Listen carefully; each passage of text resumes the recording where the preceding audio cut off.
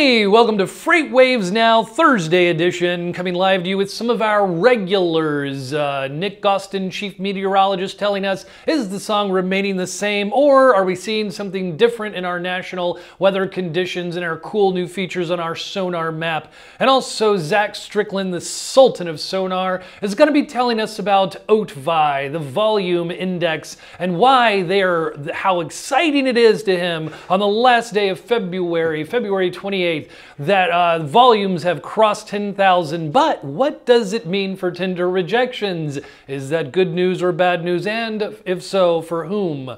Okay, without further ado, let's begin. Hello, Nick. What's happening out there, man?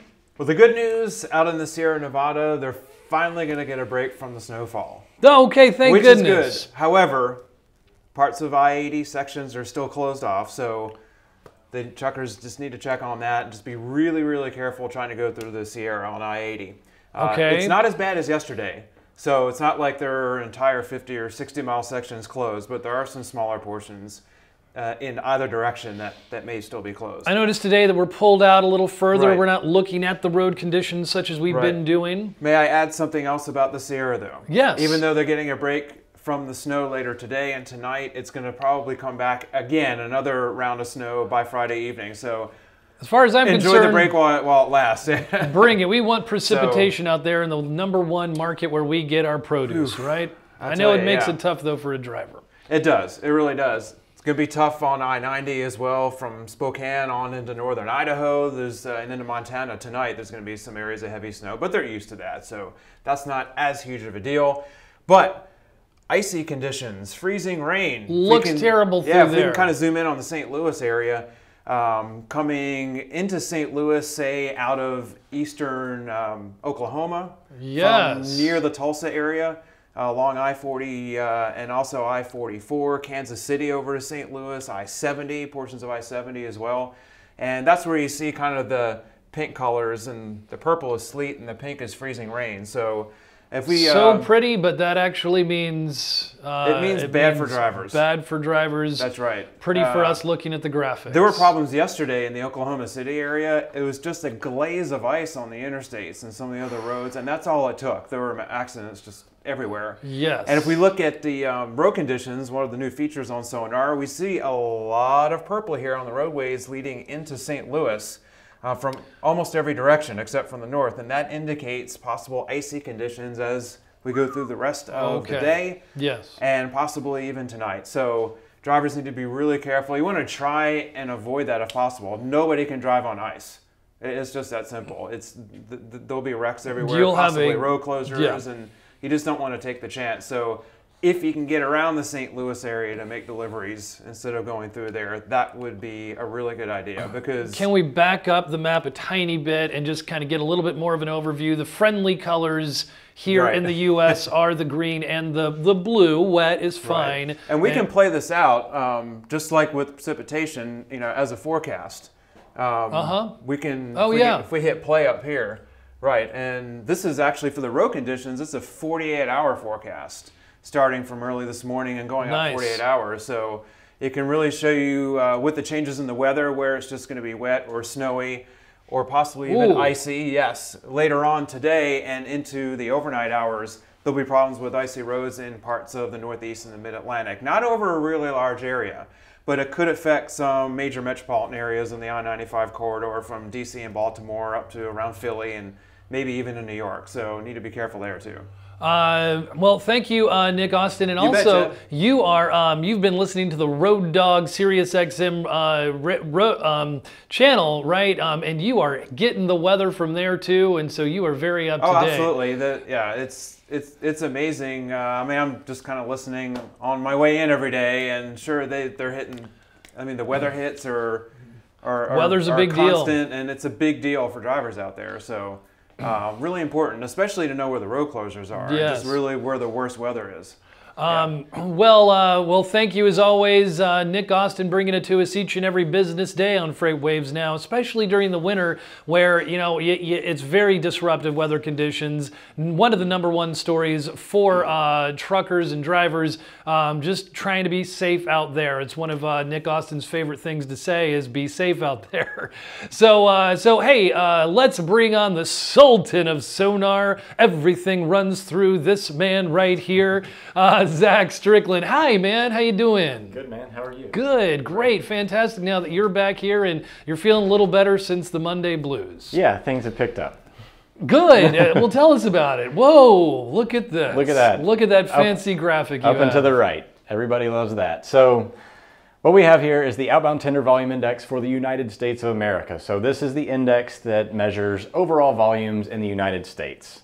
What that means is we're basically seeing conditions really increase in terms of volume moving throughout the country. Yeah, we've been tracking this each and every day. We were wondering if hope springs eternal and if this was going to stick, and so far it has. So we've had a big day. We've had a big moment because if you notice here, Chad, we're up over 10,000 on the outbound tender volume index. And for a data nerd like you, that is very exciting. Yeah, the outbound tender volume index is baselined at 10,000 on March 1st of last year. So why this is important is we're actually above the levels that we were this time last year by a day. Okay. So we're a day early and we're about 0.25% higher overall in a market that everybody's kind of saying is softening. It's cooling off. Things are not as haywire as they are in 2018. We're a day early, but are we $1 short? Yeah, that's the question. You know, the market has been very soft. I got this line right here. That's the average line for the outbound tender volume index nationally. We were averaging about 6% lower volume in February up until the 25th when things really started to pick back up. Now, end of month, this is not unusual to have kind of a pickup in volume, but it is a significant kind of point now because nobody's really certain if this is going to stick. Is the market going to cool back down? It probably will a little bit as we enter into March, but there's going to be a little bit more stickiness. And the fact that it did jump up to year over year to basically above year over year levels already, that's a really good sign. Sometimes we explore, some of the possible, economic indicators and other things that may be going on, inside and outside the supply chain. Anything like an overview analysis of why this is happening, or is it just we don't really know, seasonality, end of month thing? What would you say?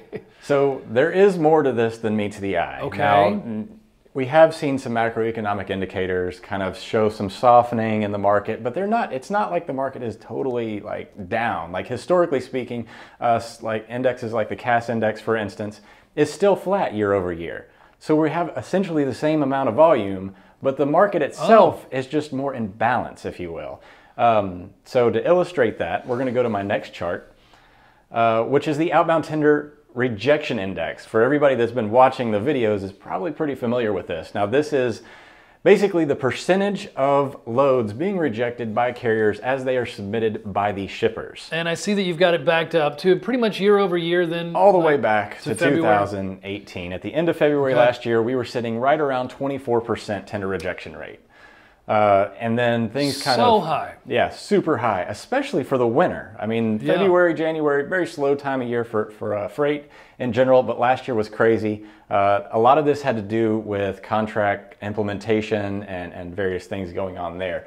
So it wasn't necessarily that volume was the big kind of push for this diminished capacity or tightening capacity. This year, we're sitting down here, we just found another new low. 7.25. We've been asking how low can you go? Yeah, and 7.25. 7.25%. So a lot of that is the fact that carriers just know where to go. They're getting rates that they're happy enough with, and the optionality just may not be there for them to go and get better rated products sitting out there somewhere else. As I look at this briefly, if I may, I know that September was a somewhat unexpected softening from the heated first half of 2018. But what's interesting is the way that even while it remained strong, it didn't even spike back up during the retail holiday season. I notice.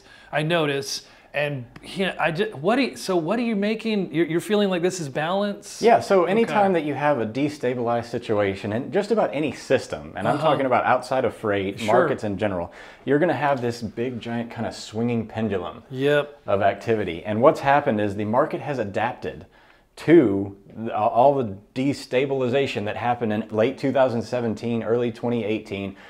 They got their rate increases. They added some capacity to the market. That's what I was wondering. Yeah. So I mean, they had to. The OEMs are still backed up with backlogs and back orders. So they're you see any of the employment indicators, they're all going up and to the right. They're adding more employment and whatnot. So those are the main answers. That like added capacity. And added employment. That's the short, easy answer. Okay. But also, we're going to pull up my next couple of not charts, but watch lists. These are going to be my heated watch lists, and we're going to sort these in a descending order from high to low. And this is an outbound tender volume index heated watch list. Green means growing. Green means change positive. Day over day, things went up. So increasing volumes in the green. And these are the biggest changes or the biggest increases day over day in absolute value. How do you have them ordered? Is this by size of market? Actually size of the change in index value. So it's the size of the absolute value and change of index, because these are going to be the markets that drive that outbound USA volume index higher, because they're going to have more volume in general. They're going to have higher market share. The ones that move are going to have the greatest impact in that overall value. So you see here, Los Angeles, Ontario, San Francisco, 3 of the top 5 big movers of the day yesterday. It's all happening in California, it would seem. Yeah. So these are port cities, San Francisco, Los Angeles. I know, it's like back to back, big ports, biggest. Big story. So everybody has seen the activity in the West Coast this year. The inbound port volumes have continued to be high and elevated year over year. January came out, they're still up year over year over last year's January. Okay, so, interesting. It's still interesting to note that this volume, this repositioning of freight is still happening. And this is what's kind of driving the market up. Over the last 9 months, carriers have figured out, well, I can position my fleet over on the West Coast, and it's moving regionally. And why I know it's moving regionally, if you look over here, this is the inbound tender volume index. We don't talk about the inbound volume index a lot, but this one is important to see because it's telling you kind of where some of the freight is going. If you look here, you got Stockton, Ontario, Phoenix, Arizona. 3 of the top 5 inbound markets are on the West Coast. So Phoenix is a huge satellite kind of area for any kind of Los Angeles freight. It's very inbound heavy. A lot of it comes from Los Angeles. They don't have a lot of outbound in Phoenix. It's considered kind of a pretty big backhaul market. But the fact that these 3 markets, which are very heavily weighted towards kind of that regional freight coming out of Los Angeles, showing a huge increase, 11% into Stockton, which has been significantly higher on the inbound side over the last 2 months. Well, what's going on there? Are they like what's going on? If I may ask, like is it still trying to get ahead of tariffs? China, like lots of hitting these ports over on the West Coast. Why not the East Coast? Obviously, the trade situation is still in flux. We're hitting the deadline tomorrow, which I think we're about to get an extension. Trump has said. But this leaves a lot of uncertainty in the market. Certainly we haven't seen the amount of volume coming into the ports that we had in, say, November, October, but it's still relatively high.